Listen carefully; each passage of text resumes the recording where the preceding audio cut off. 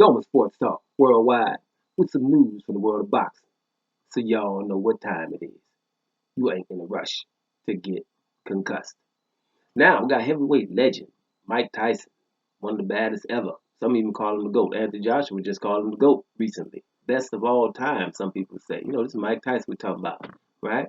I'd say he had an awesome, like 18, 2 month, 2 year span. That was awesome. That's the one where they call it his prime. Mike Tyson prime. Can't nobody beat Mike Tyson in his prime.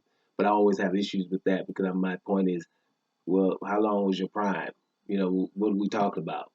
From June 1986 to, you know, I don't know, December 1987 or what are we talking about? Because anybody who beat him after those few months, but a year and a half, didn't have him in his prime because his prime got cut short. So all the fighters who beat him after that kind of, well, that wasn't his prime. So that's an issue. But we're talking about Mike Tyson, this formidable guy, the guy that scared everybody coming into the ring, got people falling down before he even hit them and stuff like that. People are scared of Mike Tyson, right? If you live through it, you know what time it is. Mike Tyson is Mike Tyson. But Mike Tyson weighed in finally on Deontay Wilder's, you know, 40-pound suit excuse. Remember, that's the excuse. I wish somebody would just play the damn interviews so they could see that he says they told everybody it's not an excuse. This is probably one of the things that can happen. But it's the excuse, right? A 40-pound suit, man, took my legs, right? I believe it. I don't know if it's a 40-pound suit or not, but see, let's make sure this is clear. You know, I was with David Hay on the pinky toe. See, David Hay, for those that don't know, he fought Vladimir Klitschko, right? Vladimir Klitschko, 6'6", and I'm Vladimir Klitschko. What he was called Dr. Steelhammer, right? Dr. Steelhammer. Why? Because that jab gonna be steel hammered in your face, and you ain't getting past it. If you do, I might throw this right on you every now and then, right? I'm Vladimir Klitschko, legend, first ballot Hall of Famer, and I'm bigger than everybody. So little old coming up from cruiserweight David Hay, with some power, talked his way up into that fight and getting with him. I was really anticipating that fight. It was, it's a good hype fight. It was big at the time for people that don't know, very big. And so Hay went in there and did his best. He didn't win. Was in it a little bit, got beat, decision. And he came out after the fight. Well, it could have been my toe. My pinky toe, was, messed up and he showed the people. Shouldn't have done it. Once you showed the people. And I thought after you showed them, I'm like, yeah, see y'all, it's all swollen, right? And then I said back then, like, listen, throw a straight right hand and see if you need that right pinky toe, right? But then I said after that, now throw that up to over your head and see how much you're gonna need to step off that pinky toe. So I guess he got a shot in it for painkillers or whatever, but it was bothering him, and you needed your overhand right haymaker. You dealing with Vladimir Klitschko, and you throwing it fast, so that probably could have at least hurt him in the fight. So to mention it, but you're not. You're a fighter. You're not supposed to. You know what I mean? But if you mention it, somebody asked you, you got caught mentioning, hey, well, that was kind of messed up with me. Then it could be an excuse. If people don't like you, then it's a big excuse. I see Manny Pacquiao talking about his right shoulder after fighting Floyd Mayweather, and there wasn't no outrage by that. It was like, okay, yeah, but yeah, it was the right shoulder. It depends on how the people perceive what you're talking about. So, I was down with the pinky toe for sure. Like, hey, man, that's the problem. But I also agreed he probably shouldn't have said it, right? Same thing with Wilder here. Hey, but brother, you got them little legs, man. You better go in this big fight, but you've been wearing suits all the time. This one must have been heavier. It could have been a problem.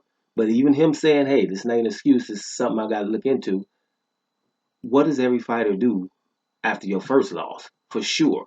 You know what I'm saying? People that lose all dignified and stuff, say the right things after losses, are people who get practice doing that. And I got some practice, man. I'm gonna show you. I show you after my third loss, I started learning how to say this, right? You're not gonna be good at losing on your first loss, right? So I think that was pretty damn good what Wilder did. It wasn't that bad for the first loss. I won 42 of these, and then I got 43. I had to learn how to lose. You know what I'm saying? Come on, man. But anyway, this is what your boy Mike Tyson was saying. He was saying Wilder stuffs a lot of energy that I once had. He told Yahoo Sports, right? We had to be able to accept our mistakes, stand up and say, "Hey, I messed up. The best man won." We always look for excuses when we lose and say, "Well, I couldn't lose. There must have been a mistake. Somebody had to cheat me." So we have to look at the perspective that a loss is in a form of education. Profound. You do get educated when you lose. You know, but I don't think it's a problem with everybody. At least Mike Tyson's speaking like we. He knows he was doing the same thing. He acknowledges that. Because you don't know what's up. When Mike Tyson lost to Buster Douglas, people were talking about a long count for Buster Douglas. People were talking about your boy Mike Tyson was in Japan handling his business, doing stuff he wasn't supposed to be doing with the other sex involved. You know what I'm saying? Involved. You know what I'm saying? So he was doing some stuff. He wasn't taking Buster Douglas seriously. Those are all excuses, right? Everybody, when things happen, boxers gonna say this. But so they're gonna mention, hey, Deontay Wilder makes the 40-pound suit excuse, even though he said he didn't, right? But all of that, what I've just talked about, is not as pertinent as what I'm about to mention, and that is, at least we got an article. Mike Tyson gives his take on the costume, the 40-pound costume excuse. That's been on First Take, undisputed everywhere, right? The 40-pound suit excuse. Did anybody ask Mike Tyson, what do you think about Tyson Fury's gloves? What is your take on his gloves in the fight that they stopped with Christian Hammer and the 2 times with Deontay Wilder? What do you think the issue is there that a fight has to be stopped because of that before it even starts and the referees discussed it, and then 2 times it happens after that? What is your take on that? And then put it in the headline, right? Or what is your take about Tyson Fury Wild Boar Gate? When he was popped for testing dirty and taking steroids, right? Nandrolone, he was saying wild boar. Now the farmer has come out and said it wasn't wild boar. What is your take on that, Mike Tyson? Yeah, we know he has your name, his father named him after you. That's why he was happy when he beat Deontay Wilder. That's all cool. You're going to go for somebody who named they after you, their son after you. That's all good. But what do you think what is your take on those issues? And not only his take in private, but put that in the title of the article.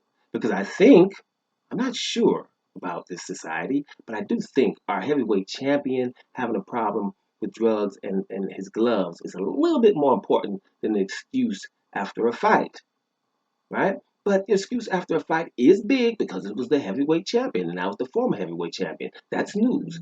But so is the news about the gloves and the investigation. Don't you think? That should have been the title, but whatever. We'll see what's up. See, maybe they ask Mike Tyson something tomorrow. Toma Sports Talk, worldwide. And I'm up out of here, y'all.